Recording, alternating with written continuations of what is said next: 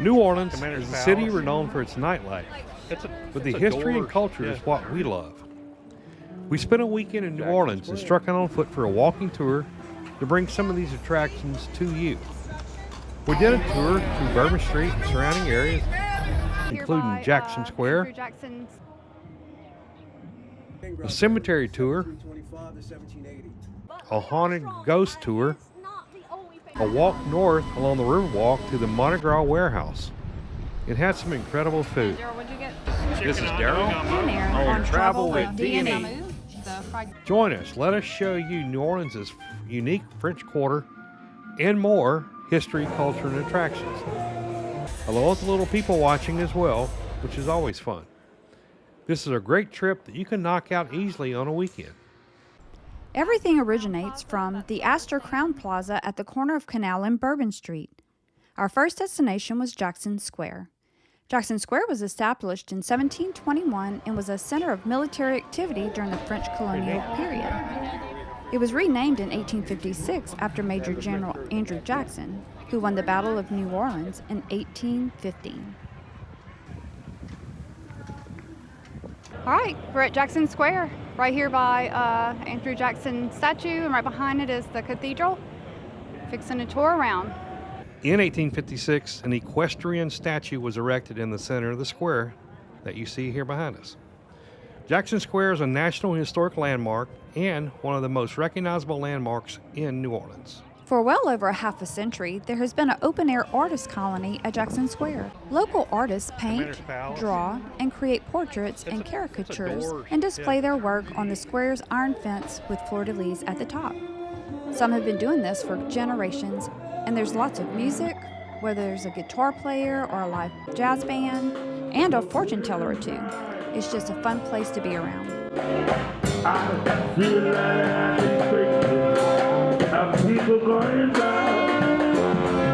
Opposite Jackson Square stands the stunning Cathedral Basilica of St. Louis, King of France, most commonly known as just St. Louis Cathedral. The first church on the site was built in 1718. The first permanent church, built in 1727, was burned in the fire of 1788. A new cathedral was built and established in 1789. This historic site and sacred space serves as both a place of worship and a historical treasure, offering a glimpse into New Orleans' deep religious and cultural roots. He was raised to the cathedral rank in 1793 and is one of the most iconic historic buildings in the city of New Orleans. Several historic and significant events have been hosted at the cathedral throughout history. For example, the transfer ceremonies for the Louisiana Purchase of 1803 were done here. It was also the site of the coronation of St. Francis Xavier Cabrini in 1946. Finally, Pope John Paul II visited St. Louis Cathedral in New Orleans on September 11th through the 13th in 1987. This was the only time a sitting pope had visited New Orleans. Adjacent to the cathedral is the Presbytere, a historic building constructed in 1791, originally intended as a residence for Capuchin monks. Later served commercial purposes before becoming part of the Louisiana State Museum in 1911. And now it houses two permanent exhibits to tell contrasting stories of Louisiana's past, which is the history of Mardi Gras and living with hurricanes Katrina and beyond. And this is all about the career in Mardi Gras. Go check out our video where we did the career Mardi Gras in Eunice, Louisiana. Living with Hurricane Katrina and Beyond chronicles one of the most devastating events in American history, Hurricane Katrina. In 2005, New Orleans, built below sea level, suffered catastrophic flooding when its levee system failed. The exhibit documents the intense suffering, heroic rescues, and ongoing rebuilding efforts in the region. It serves as a poignant reminder of the city's resilience and determination to recover from adversity. The New Orleans Musical Legends Park on Bourbon Street is a tribute to so many of New Orleans' famous musicians. Bronze statues of musical legends include Al Jumbo Hurt, Pete Fountain, Fats Domino, Chris Owens, Ronnie Cole, and Louis Prima Jr., and others. The park provides a nice setting to sit and enjoy live performances.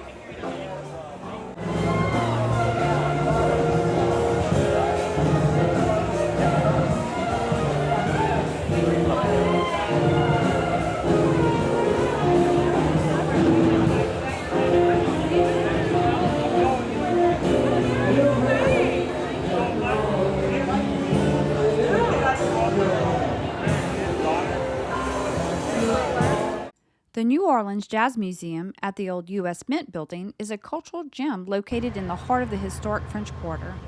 Housed in a building that dates back to 1835, when it was the U.S. Mint, the museum showcases the rich history and evolution of jazz music in its birthplace, New Orleans. Visitors can explore interactive exhibits, rare artifacts, and unique memorabilia that highlight the diverse influences and contributions of musicians who shaped the genre over the years. Along with a look at the history of the U.S. Mint, you get a kind of bonus if you go to the New Orleans Jazz Museum.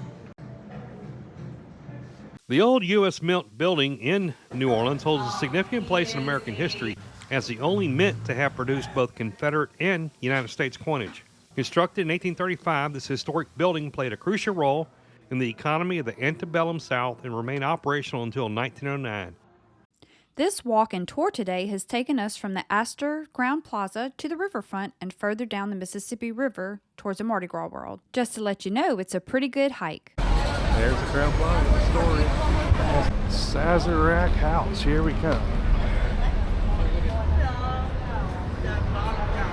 Our first stop is the Sazerac House at the corner of Canal and Magazine Street.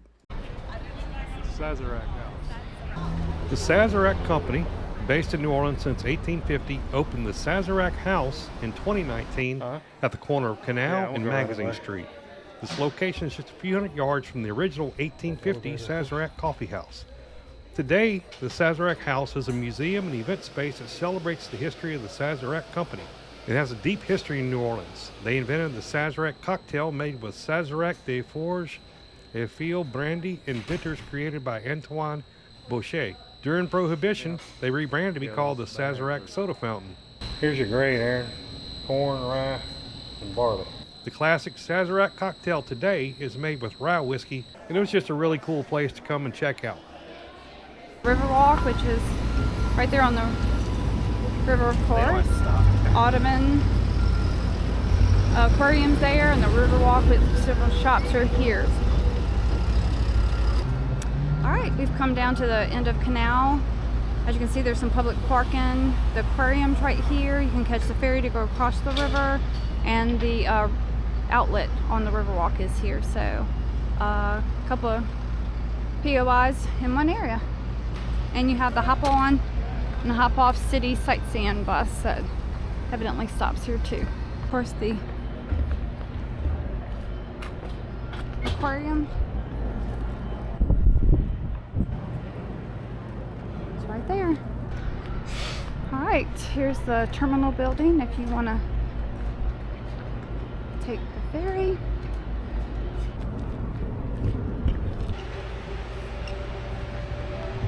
So I downloaded the app. It's called La Pass app. You can do the streetcars, bus, or ferries, all from this app. You look where you want to go and where the stations are, and it's a quick, easy app you can use. We just walked over from the ferry, and we're heading over to the Riverwalk outlet. We're gonna go to the Plaza. See, beautiful fountain.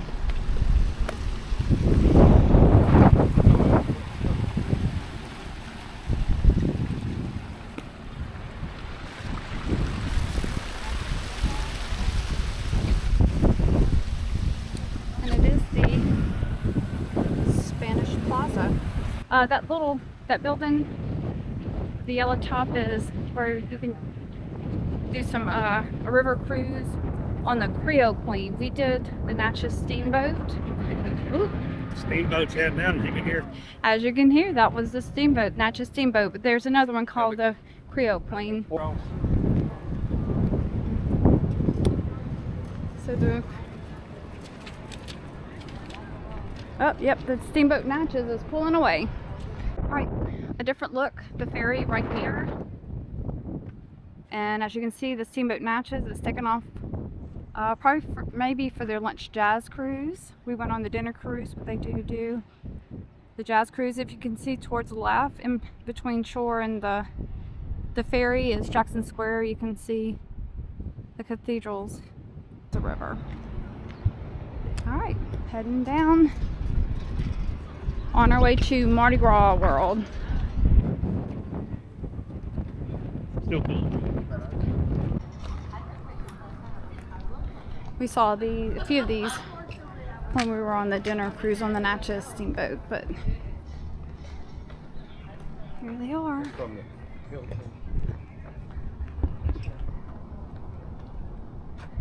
All right. Talking about the bridge lights. Lots of shoppers, 2-story. Wonder when.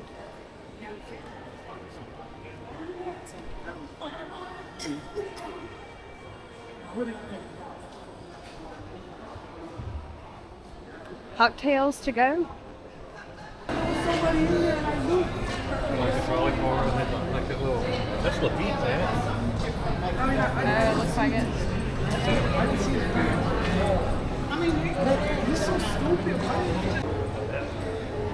Alright, even got Cafe de Mon in the Riverwalk. Alright, we're gonna make our way out and around to get to Mardi Gras World. Now, in the process of walking towards Mardi Gras World, we came across the Sir Winston Churchill Monument. I can't see if I got it or not.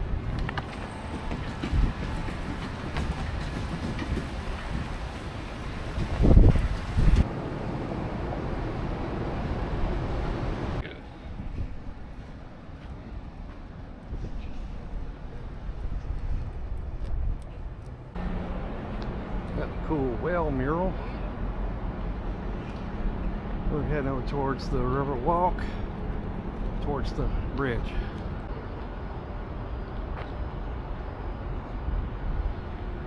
Huh?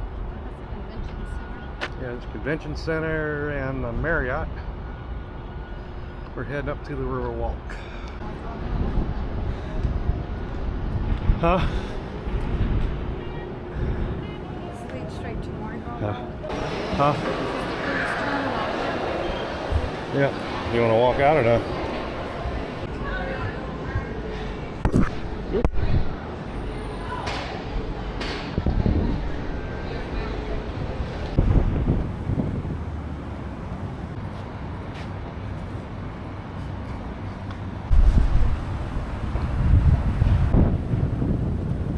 Old power plant over there. Mardi Gras World.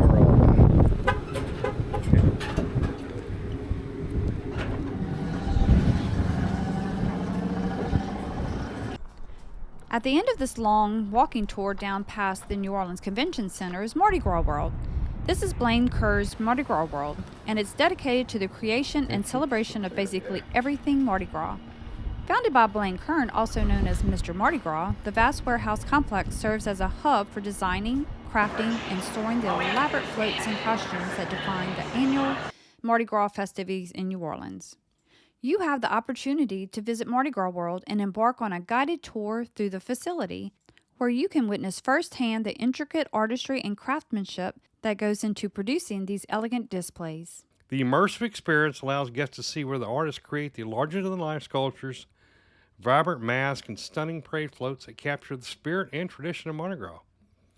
Whether you're a local seeking to dive deeper into the cultural heritage, or a tourist looking to experience one of America's most iconic celebrations up close, Blaine Kerr's Mardi Gras offers an unparalleled behind-the-scenes look at the magic of Mardi Gras. Please note they don't allow video, so we took a lot of pictures to bring this to you.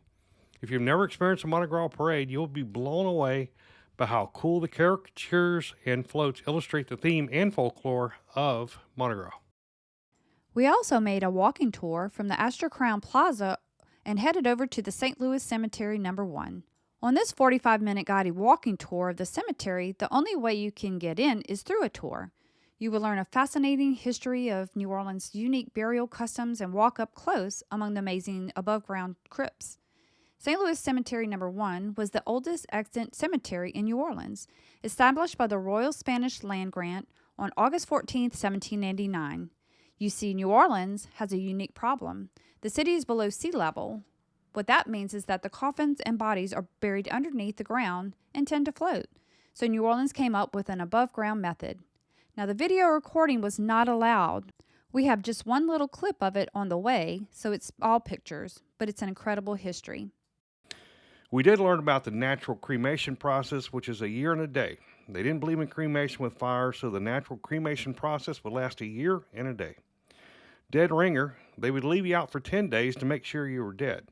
You would have a ringer that you could ring if you saved by the bell, so to speak, if you woke up. Wouldn't touch it with a 10-foot pole. That old saying came about because they used a pole to push the remains to the back once it went through the natural cremation process. And it had a drop off 3 or 4 feet, so you could put 100, even 200 people potentially into one of these old tombs. The vault sinks 3 inches every 10 years. And there's a number of notable people buried here. Homer Plessy was born a free person of color in a family of French-speaking Louisiana Creole people. He challenged the law at that time, which allowed for segregated but equal railroad cars. He was arrested and led to the landmark Supreme Court decision in 1896, Plessy versus Ferguson. Marie Laveau, this is a reportable burial place of her. She was a Louisiana Creole practitioner of voodoo, herbalist, and midwife who was renowned in New Orleans. In 2010, actor Nicolas Cage purchased a pyramid-shaped tomb to be the future his final resting place, and many more, lots of incredible history. We went on a nighttime ghost tour called Walking the Devil's Empire by Hottest Hell Tours. It originates at the Louis Armstrong Park on North Rampart. If you arrive early, there's a really nice neighborhood bar called Black Penny Bar across the street on Rampart. It's a fun place to hang out. Louis Armstrong Park was a great place to start as it has an interesting history itself.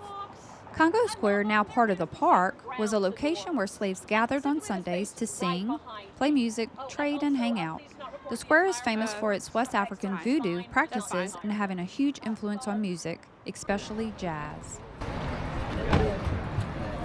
All right, we're leaving Armstrong Park. We just heard about all the spooky, scary things at Armstrong Park and all the wrongs that were done, and we're heading down. Rampart. No, that's Rampart. All these like shotgun houses here. I'm sure they're residences and maybe some Airbnbs or VRBOs. So we're walking up in on this St. Anne.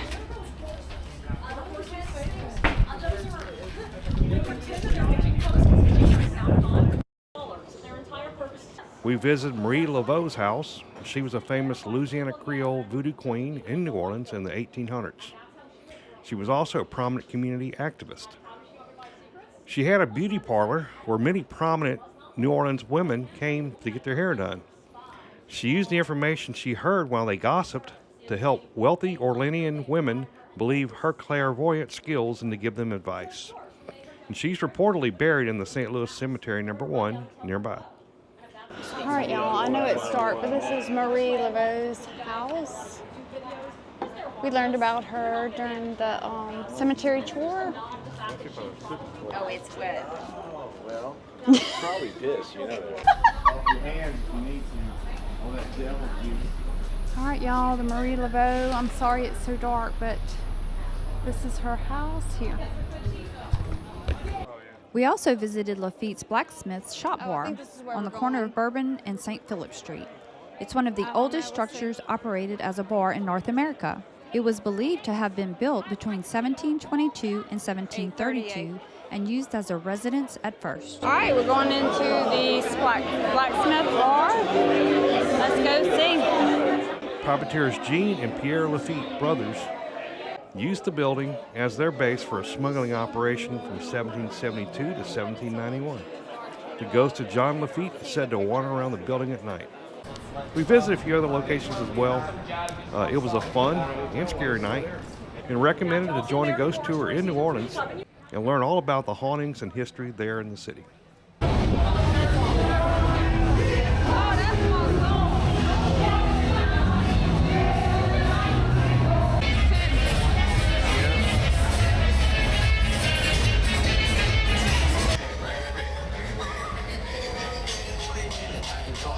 He done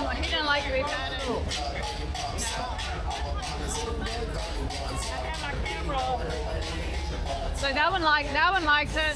Huh? That one likes to be petted.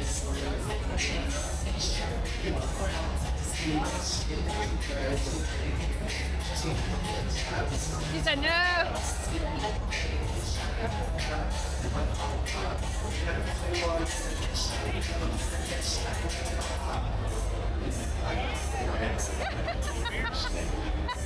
He said no.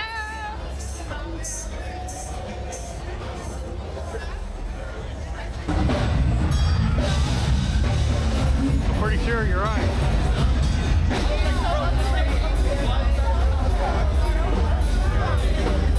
And this is Pat O'Brien's, famous for the hurricane drink. And there's the Cat's Meow, a famous karaoke bar. Fans, and of course some ladies evidently showing things, guys throwing stuff off the balcony. In the past, I may or may not have been on that stage.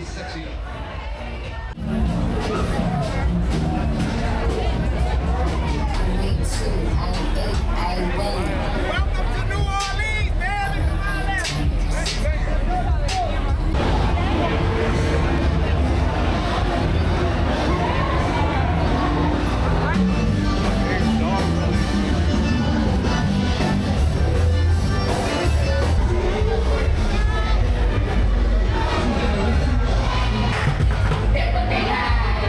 It's 9:30 at night.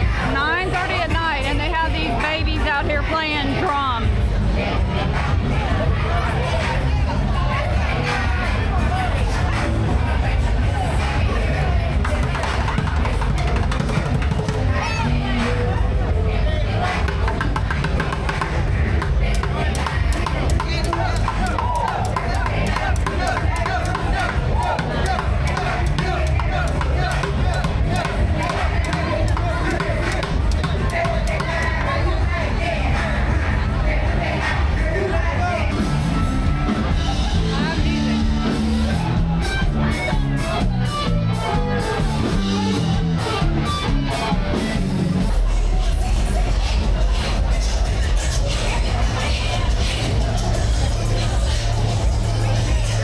And who doesn't love Hard Rock Cafe?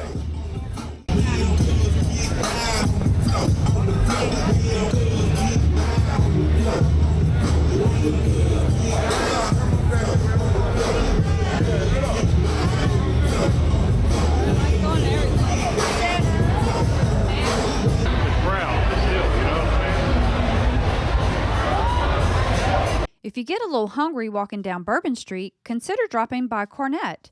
It's located at the corner of Bourbon and St. Peter Streets. The restaurant in the heart of the French Quarter serves authentic Creole cuisine and Southern fare. Something to hold us over till the morning. So we stopped in. The restaurant was founded in the year 2000 and has ties to the family that gave Louis Armstrong his first cornet. The food was pretty good and we enjoyed it. All right, we're in the kind of bar area. We found a table. They've got a couple of big screens. Oh, this is cool.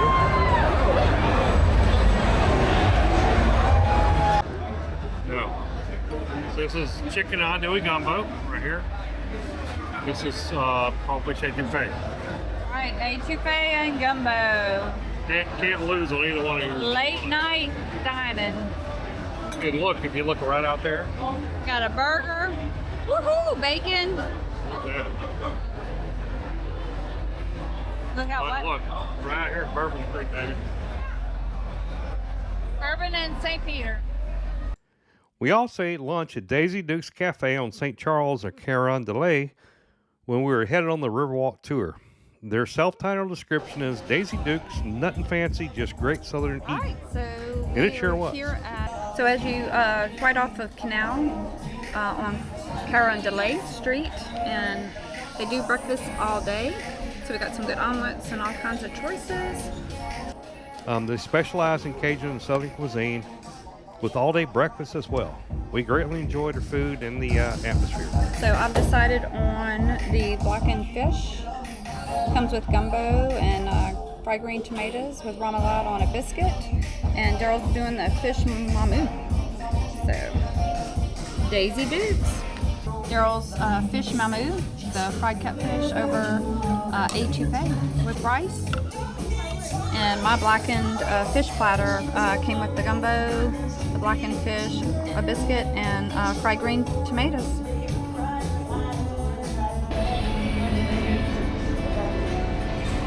Deanie Seafood Restaurant is locally owned family restaurant located on the corner of Iberville and Dolphin Street in the French Quarter. The original restaurant was established in 1961 in the Bucktown area of New Orleans. The French Quarter location was opened in 2001. It's known for its excellent food and great atmosphere. We had a really good meal there and enjoyed it, and we highly recommend it. Shoe game. Looks like there's already a line to the restaurant.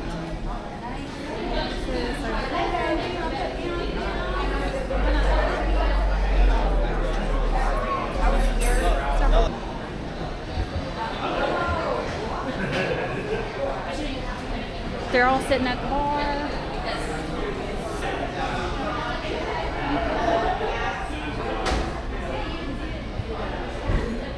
Alright, what is that? I think it's a Giacomo Giacomo and IPA. and it was on draft. I think it's a Beta. It's an Avita. I'm not sure. And of course I got the Espresso martini, but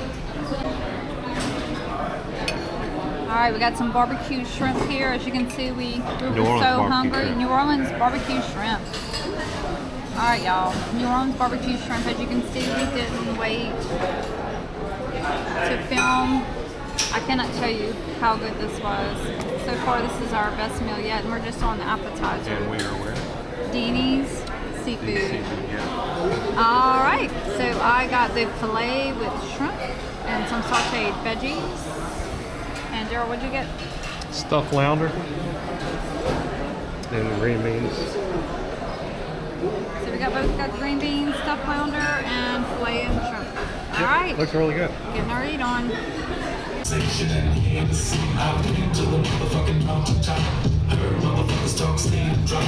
After Genie's, we stopped by the Labou's Bar at the Royal Sonesta Hotel to watch the remainder of the LSU game.